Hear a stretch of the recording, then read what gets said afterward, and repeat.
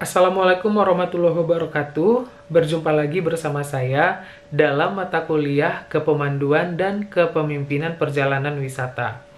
Di pertemuan kali ini, kita akan membahas tentang City Tour Guiding Techniques atau teknik memandu wisata kota. Di topik ini kita akan mempelajari apa itu city tour, bagaimana tahapan-tahapan dalam memandu city tour, dan hal apa saja yang perlu diperhatikan pada saat memandu city tour.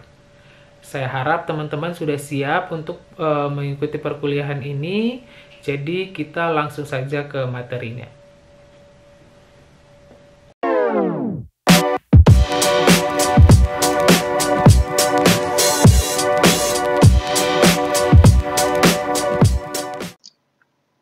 City Tour Guiding Techniques.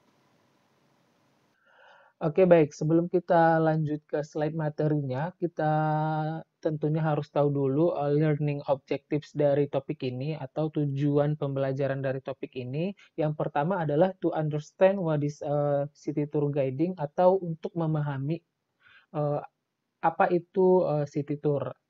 Terus yang kedua, to practice guiding of city tours atau untuk mempraktekkan memandu city tour. Jadi setelah materi ini nanti saya sampaikan atau saya paparkan, kita nanti langsung praktikum atau langsung praktik memandu wisata tour, wisata kota maksudnya. Oke, saya tampilkan lagi tour cycle program yang sudah saya pernah sampaikan juga di pertemuan sebelumnya, bahwa pola ataupun cycle dari tour itu adalah terdiri dari ketiga ini. Yang pertama adalah transfer in, jadi tugas dari tour guiding itu adalah menjemput tamu, baik itu di bandara, di pelabuhan atau di terminal. Terus yang selanjutnya baru masuk ke agenda intinya yaitu turnya sendiri. Nah, di tour ini banyak jenisnya mulai dari city tour, rural tour, museum tour, coastal dan lain sebagainya. Nah, dan yang terakhir itu adalah transfer out, di mana itu pengantaran tamu ke terminal atau ke pelabuhan atau ke stasiun untuk kembali ke daerahnya. Jadi ini yang akan kita bahas di bagian inti ini, di bagian turnya ini, khususnya di bagian city tour ini, gitu. Oke, sekarang kita masuk ke materi yaitu what is city tour atau apa yang dimaksud dengan city tour atau apa yang dimaksud dengan wisata kota.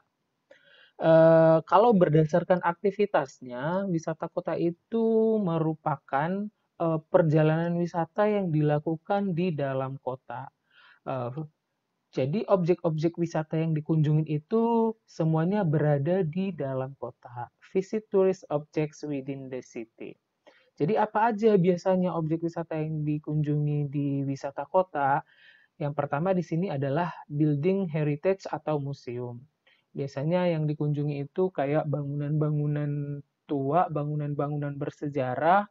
Bisa jadi bangunan-bangunan tersebut itu sudah dipakai untuk office atau bisa jadi tempat-tempat ibadah atau candi gitu. Jadi biasanya ini yang dikunjungi. Nah, eh, selanjutnya yang dikunjungi adalah city park atau taman-taman kota. Nah, taman-taman kota ini misalnya kayak kalau di Lampung nih ada Taman Gajah gitu kan. Kalau di kota Jakarta misalnya ada Ancol, banyak taman-taman kota yang ada di sana. Kalau di Bandung banyak juga tuh taman-taman kotanya.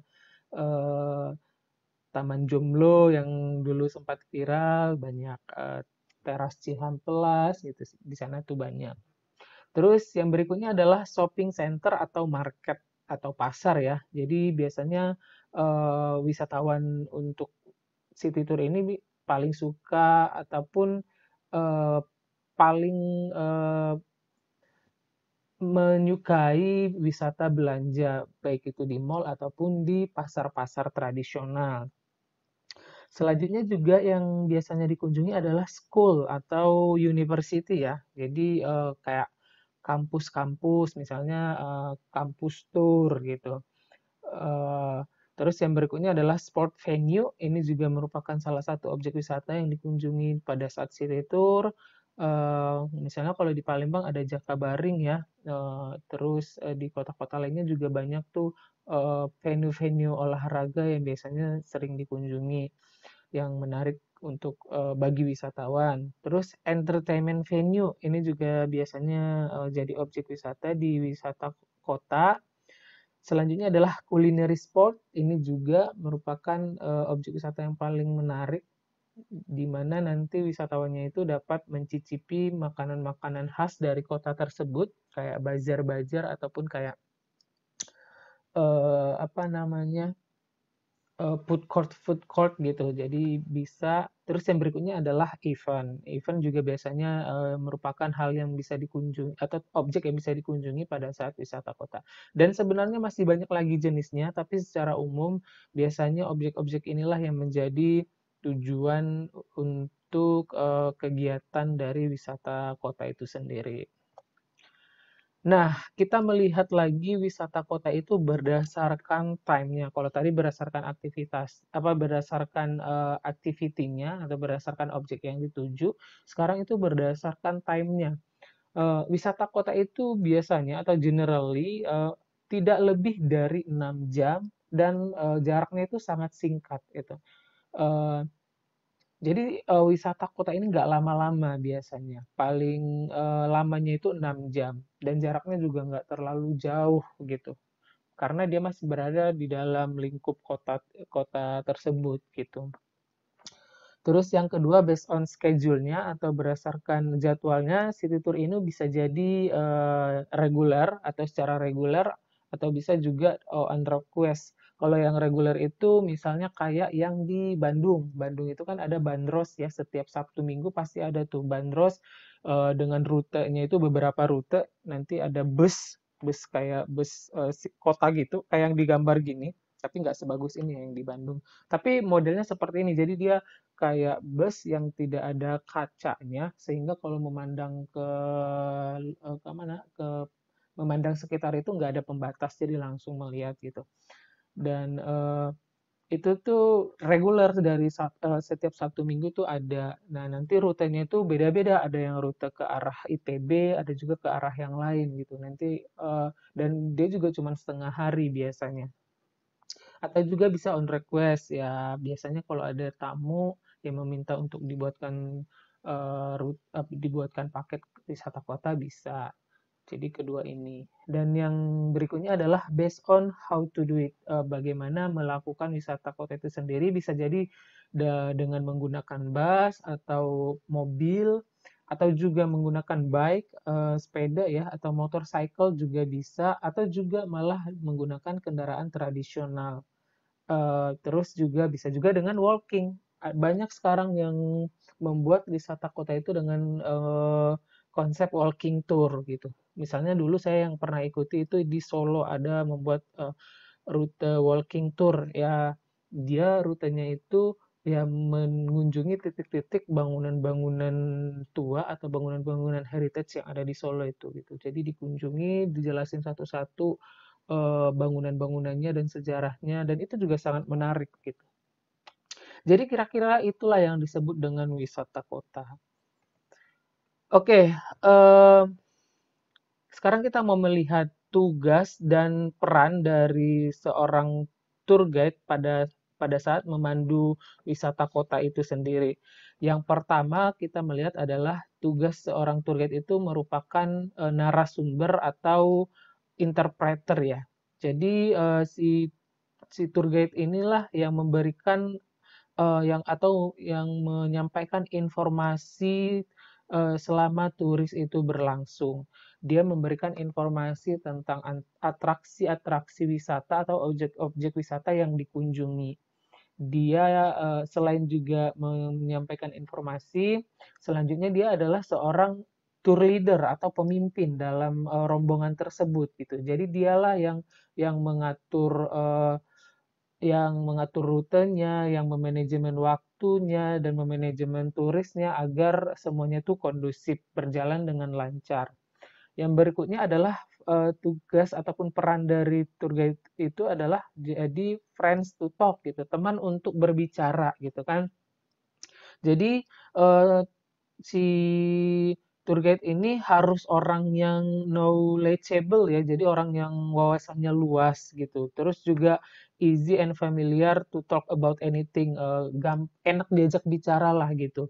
Jadi seorang tour guide itu nggak boleh orang yang pendiam ataupun orang yang apa namanya ya, orang yang mm, cemberutan sehingga mau melihatnya aja atau mengajak untuk ngomong aja itu nggak enak gitu loh. Jadi orangnya itu harus benar-benar humble atau ramah, sehingga wisatawan juga mau nanya apapun ya enak aja gitu kalau mau nanya. Karena apalagi kalau misalnya tamunya itu dari luar kota gitu kan, pasti dia ingin tahu banyak tentang kota ataupun ingin tahu banyak tentang apapun yang ada di kota itu. Jadi si tour guide ini seharusnya memang bisa menjawab gitu apapun pertanyaan dari si wisatawan tadi. Nah, yang berikutnya adalah tugas ataupun peran dari tour guide itu adalah sebagai helper atau yang membantu lah, yang membantu wisatawan selama tour berlangsung. Jadi pemandu wisata itu harus benar-benar responsif ya terhadap apapun yang dibutuhkan atau yang apapun yang dibutuhkan oleh wisatawan pada saat berwisata kota gitu. Harus benar-benar cepat tanggap lah gitu. Kalau memang kira-kira mereka butuh bantuan, harus menawarkan bantuan secepatnya, terus menyelesaikan masalahnya, mencari solusi-solusinya gitu. Nah, jadi ini kira-kira yang menjadi tugas dan peran seorang guide pada saat memandu wisata kota. Oke, yang berikutnya adalah eh, kita mau melihat seperti apa atau apa saja yang perlu kita perhatikan pada saat kita melakukan atau pada saat kita memandu wisata kota. Nah, seperti yang telah kita ketahui ya, biasanya wisata kota itu eh, lebih lamanya itu di bus gitu. Lebih lamanya itu di bus. Jadi seorang pemandu wisata kota itu harus tahu apa aja yang perlu diperhatikan pada saat dia melakukan guiding di dalam busnya gitu. Nah, yang pertama kali mau kita lihat adalah standing position. Ini penting ya untuk diperhatikan gitu. Jadi tidak sembarangan orang yang bisa berdiri ataupun kalau kita tidak mengetahui ini nanti kita bisa saja pada saat berdiri di dalam bus itu kita nggak tahu tekniknya jadi kita gampang jatuh eh, ataupun kan kalau misalnya jatuh kan nggak lucu ya di depan wisatawan lucu. Jadi perlu kita perhatikan. Jadi standing position yang harus diperhatikan pada saat melakukan wisata apa memandu wisata kota itu harus dengan posisi atau postur yang pas atau yang tegap gitu. Nah, kita bisa mengatur jarak antara kaki kiri dengan kaki kanan kita itu sekitar 20 sampai 30 cm bisa ke arah depan ataupun ke arah samping gitu. Jadi inilah posisi pas yang disarankan gitu. Sehingga dengan posisi tersebut kita tidak gampang jatuh gitu. Kalaupun misalnya lagi ada misalnya busnya lagi ada lobang misalnya gitu kan sehingga mobilnya jadi goyang. Jadi dengan jarak seperti ini kemungkinan kita untuk jatuhnya itu akan sedikit gitu. Terus yang berikutnya adalah you can lean back but stay upright. Jadi kita tuh sebenarnya boleh bersandar. Kalau kita kan posisinya di depan ya, posisinya di depan dan hadap tamu biasanya kan hadap wisatawan. Jadi kita menghadap ke belakang. Kita bisa bersandar ke kursi misalnya, kursi paling depan kan biasanya untuk kita ya sebagai tour guide-nya dan juga nanti akan ada tour leader ataupun ya ada tour leader sebelah kita gitu. Jadi kita bisa saja bersandar di kursi tersebut tapi tetap dengan posisi yang tegak ya. Jangan terlihat malas atau don't seem lazy. Ya bisa dibayangkan lah ya, bisa dibayangin posisi bersandar tapi tetap terlihat tegap, tapi jangan kelihatan malas. Mungkin yang digambar ini bisa dicontoh ya. Jadi dia bersandar di sini, tapi dengan posisi yang masih terlihat tegap gitu. Oke, yang berikutnya hands position atau posisi tangan. Di sini disarankan use your hand to hold on the chair or up gitu. Kamu bisa menggunakan atau berpegangan di kursi atau seperti ini yang ada di gambar, atau bisa juga ke up atau ke atas yang ada di pegangan bus ini bisa. Nah, jadi bisa tuh tergantung kenyamanan kita mau mengikuti yang mana, apakah lebih nyaman berpegangan ke kursi atau ke atas. Tapi ya ada hal yang perlu diperhatikan kalau misalnya kita berpegangan ke kursi, jangan sampai mengganggu wisatawan yang duduk di dekat di kursi yang tempat kita untuk berpegangan tadi gitu. Nah, jadi tergantung kita nyamannya di mana. Terus yang berikutnya adalah mic position, miking ya. Ini terkait miking. Jadi selalu pay attention atau selalu perhatikan jarak antara mic dan bibir kita gitu. Nah, untuk orang-orang yang tidak terbiasa, biasanya tuh suka mensinkronkan antara mic dengan bibirnya atau dengan mulutnya saat berbicara. Nanti bibirnya ataupun atau arah mukanya lagi ke kanan, tapi mic-nya tidak ikut bergerak gitu kan. Nah, itu kelihatan tuh biasanya orang-orang yang masih belum terbiasa. Nah, jadi di sini disarankan apa namanya? Pokoknya setiap bergerak, mukanya kita pada saat muka kita bergerak atau mulut kita bergerak, selalu mic itu mengikuti mulut kita yang bergerak, sehingga apapun yang kita informasikan kepada tamu itu terdengar jelas, tidak terpotong-potong gitu.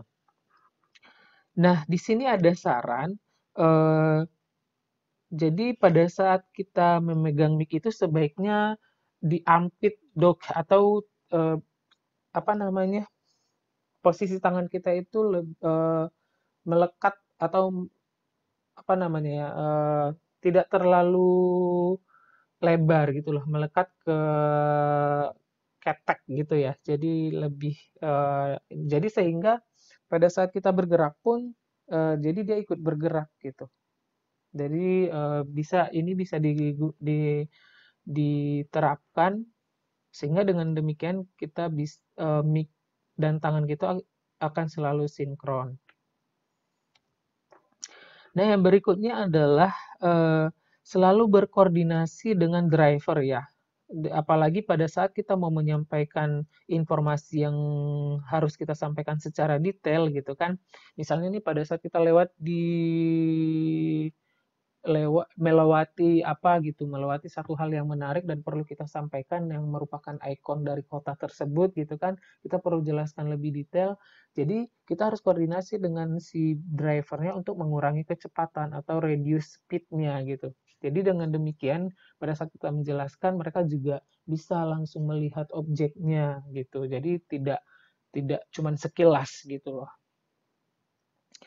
Eee, Terus yang berikutnya di sini juga disarankan untuk do not describe an object that has been left behind or is still very far away. Jangan menjelaskan objek yang masih jauh gitu. Jadi jelaskan aja hal-hal yang apa namanya, objek-objek yang sedang dilihat gitu. Jangan menjelaskan objek-objek yang masih jauh gitu. Nah, yang berikutnya adalah respond to tourist condition. Jadi harus responsif ya, harus benar-benar cepat tanggap terhadap kondisi turis. Nah, kita harus melihat apakah mereka lagi bosan, bored, atau tired, atau capek, atau juga ngantuk gitu. Kita harus benar-benar tanggap. Kita harus bisa melihat, oh mereka kayaknya lagi bosan deh, atau lagi capek, atau lagi ngantuk. Nah, dengan demikian kita bisa mencari cara lain untuk mengatasi situasi tersebut. Bisa jadi kita apa namanya, memutar musik atau instrumen song, atau juga berdasarkan permintaan dari si tamu itu, mereka meminta lagu apa untuk diputarkan, atau juga bisa juga make games atau membuat games yang melibatkan si wisatawan sehingga semuanya itu tidak ngantuk gitu. Jadi tergantung kondisinya gitu. Jadi kita selalu respon terhadap kondisinya si tamu. Nah, yang berikutnya kita perlu juga melihat atau mengetahui apa aja yang perlu kita perhatikan pada saat kita melakukan city tour di site ataupun di lapangan. Selain tadi di bus, kita juga harus memperhatikan hal-hal penting pada saat sudah turun dari bus dan pada saat di lapangan gitu. Yang perlu kita perhatikan yang pertama adalah stand where all tourists can see and hear you clearly. Jadi kita harus berdiri di posisi yang semua orang bisa melihat dan juga bisa mendengar kita dengan jelas, gitu. Jadi seperti contoh di gambar ini ya, jadi dia selalu mengambil posisi di depan, dengan dia berdiri di depan ini semua orang bisa melihat dia dan lebih tinggi dibandingkan yang lain gitu. Jadi kita harus pandai atau harus bisa memilih posisi.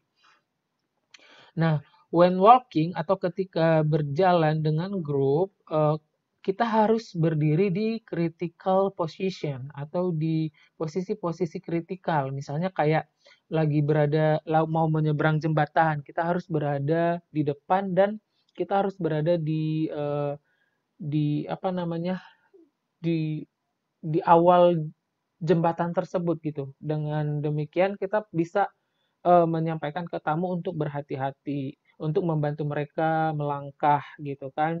Terus misalnya di jalan-jalan yang agak sulit medannya juga kita harus di depan untuk memberitahu kepada tamu bahwa misalnya kalau jalannya licin harus berhati-hati gitu. Jadi jadi ini hal-hal yang perlu diperhatikan. Yang berikutnya adalah pada saat rombongan berpencar gitu, in scattered condition, eh, kita harus menyampaikan informasi kepada si wisatawan kita untuk berkumpul di satu titik. Jadi kita harus menentukan, oh ya maaf, jadi kita harus menyampaikan informasi-informasi terkait toilet, penjualan tiket, toko-toko souvenir, toko-toko snack, dan lain sebagainya. Jadi pada saat nanti kita sudah turun nih dari bus dan sudah mempersilahkan si tamu untuk berwisata di objek wisata dan mulai berpencar, tapi sebelum mereka berpencar kita harus memberitahu dulu ke wisatawan informasi terkait ini, hal-hal ini kayak toilet, nah souvenir soft dan lain sebagainya. Dan juga selalu membuat atau selalu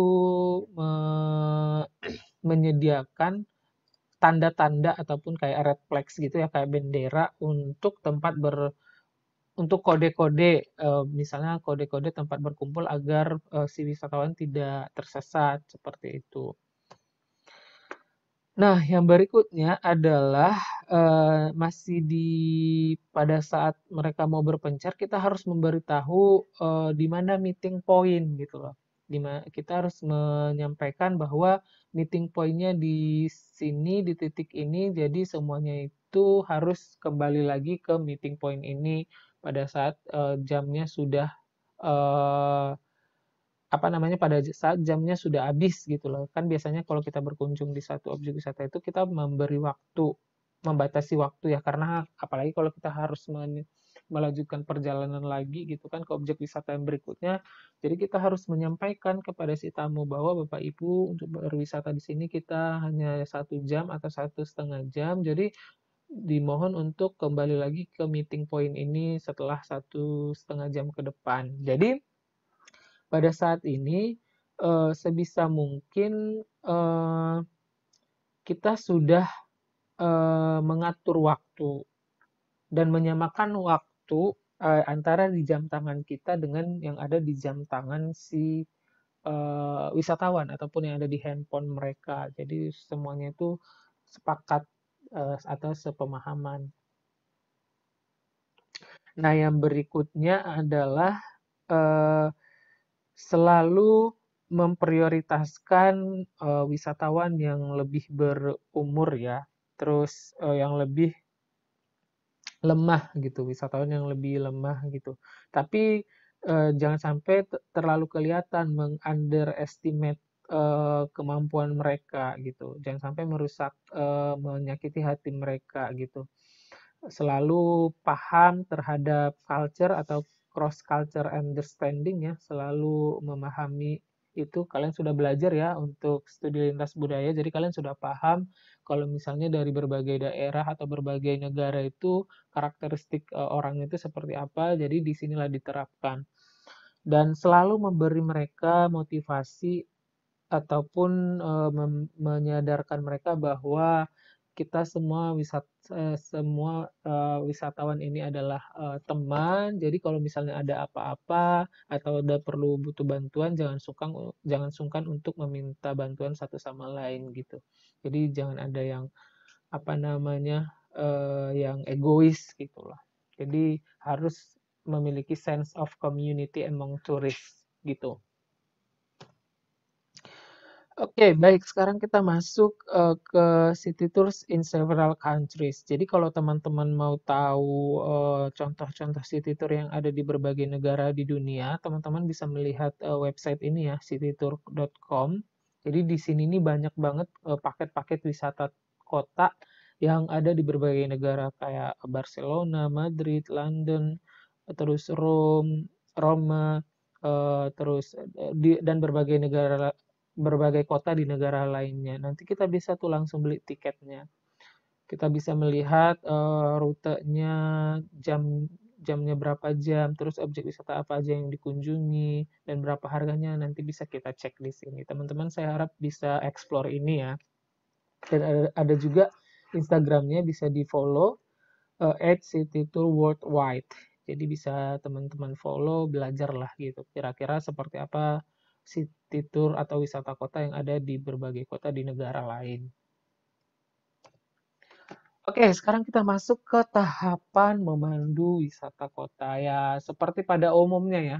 Dan saya rasa kalian juga sudah mempelajari tahap-tahap memandu itu di awal-awal pertemuan ke perkuliahan ini ya.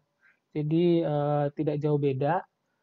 Yang pertama yang pasti adalah opening dan greeting, terus introducing, deliver tour itinerary, deliver general information about the city, dan tourist object to visit, objek wisata yang akan dikunjungi, deliver the rules atau menyampaikan syarat dan ketentuan ataupun peraturan-peraturan, dan yang terakhir adalah closing. Oke, kita akan melihat contoh-contoh script atau contoh-contoh percakapan yang bisa kita pakai pada saat kita melakukan kepemanduan wisata kota. Nah, yang pertama adalah pada saat opening dan greeting. Nah, di sini contohnya misalnya ini dalam bahasa Indonesia ya. Sebenarnya banyak contohnya ya teman-teman di internet. Kalian bisa googling contoh-contoh script atau contoh-contoh teks yang bisa dipakai pada saat kita memandu wisata kota. Nah, ini yang saya ambil dalam bentuk bahasa Indonesia. Contohnya di sini pada saat opening dan greeting. Selamat pagi Bapak Ibu sekalian, selamat datang di kota misalnya Bandar Lampung. Bagaimana kondisi Anda pada pagi hari ini? Saya berharap semua dalam kondisi sehat dan siap untuk menikmati dan menjelajahi wilayah kota Bandar Lampung yang indah ini, gitu kan. Itu pada saat opening dan greeting-nya. Nah, pada saat introducing, kita memperkenalkan diri dan travel kita gitu. Sebelum kita meninggalkan hotel ini, misalnya lagi posisinya di hotel ya gitu. Disesuaikan aja lagi posisinya di mana. Saya persilahkan untuk mengecek kembali kelengkapan yang Anda ingin bawa selama pelaksanaan city tour pada pagi ini gitu. Terus selamat datang di bis bla bla bla bla gitu kan. Terus perkenalkan juga nama travel Anda, terus perkenalkan juga selain memperkenalkan diri Anda juga memperkenalkan drivernya gitu. Karena kan siapa tahu si tamunya itu ada yang perlu dengan driver, jadi mereka sudah kenal, sudah tahu namanya. Selanjutnya nama co-drivernya juga, pembantu sopirnya kan atau kerneknya juga harus diperkenalkan. Dan kita sendiri juga yang pasti harus diperkenalkan, kita harus menyampaikan nama panggilan kita siapa gitu. Dan menyampaikan kontak yang bisa dihubungi pada saat terjadi hal-hal sesuatu yang urgent gitu bisa dihubungi ke kita lewat kotak yang mana gitu. Nah, yang selanjutnya di introducing ini juga kita harus menyampaikan rute yang akan kita lalui. Dan biasanya tambahan ya, sebelum kita memulai tour biasanya mengajak berdoa dulu gitu. Nah, yang berikutnya dilanjutkan dengan delivery tour itinerary dan general information about the city. Jadi kita harus menyampaikan itinerary yang akan kita jalani selama city tour itu seperti apa, kita kemana aja, jamnya jam berapa aja, sampai mulainya jam berapa dan selesainya jam berapa gitu kan. Sehingga mereka bisa tahu gambarannya, oh ternyata kegiatan kita hari ini seperti ini, jadi bisa menyesuaikan gitu. Nah, di sini juga disampaikan di masing-masing objek saya memberi Anda waktu 30 menit untuk melihat-lihat gitu kan. Jadi terus selanjutnya kita juga menceritakan keunikan dari hal-hal yang unik dari kota tersebut ya, misalnya kayak jalan, terus ada spot-spot unik atau ada bangunan-bangunan unik kita harus jelaskan. Kita harus jelaskan juga geografi secara umum dari kota tersebut, masyarakatnya juga secara umum, kebiasaan-kebiasaannya dan lain sebagainya. Jadi general information lah about the city tadi. Nah, yang berikutnya deliver the rules. Kita harus menyampaikan peraturan-peraturan yang harus diikuti selama tur berlangsung gitu. Kita harus menyampaikan hal-hal yang perlu diikuti, misalnya kayak yang ada di skrip ya, Bapak Ibu sekalian, kita sudah sampai di objek wisata kita yang pertama pada pagi hari ini. Silakan Anda turun dari bis dan langsung menuju pintu gerbang. Saya akan menyusul dan mengurus izin gitu kan. Terus Bapak Ibu silakan masuk. Anda akan ditemani oleh local guide dan biasanya kan dalam satu objek wisata itu pasti ada local guide-nya. Jadi kita tinggal menyerahkan aja ke local guide. Terus ini nih kayak misalnya sebelum masuk saya perlu mengingatkan bahwa kita berkumpul kembali di bis 30 menit ke depan. Jadi ini yang harus diikuti oleh si tamu.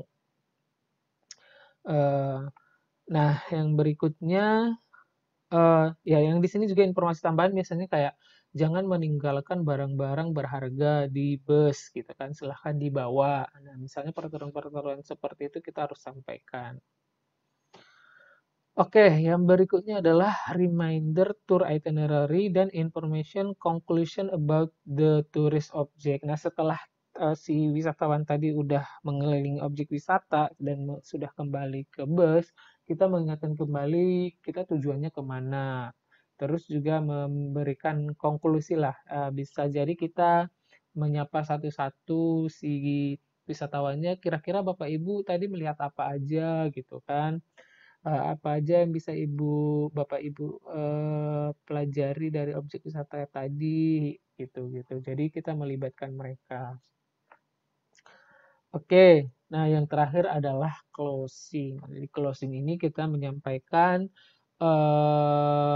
harapan kita semoga berkesan dengan tur tadi dan semoga memberikan pengalaman baru dan juga kita menyampaikan minta maaf atas nama travel dan juga kita pribadi kalau misalnya ada yang salah-salah pada saat kita memandu dan juga mengucapkan terima kasih telah mempercayakan kita sebagai tour guide untuk memandu mereka.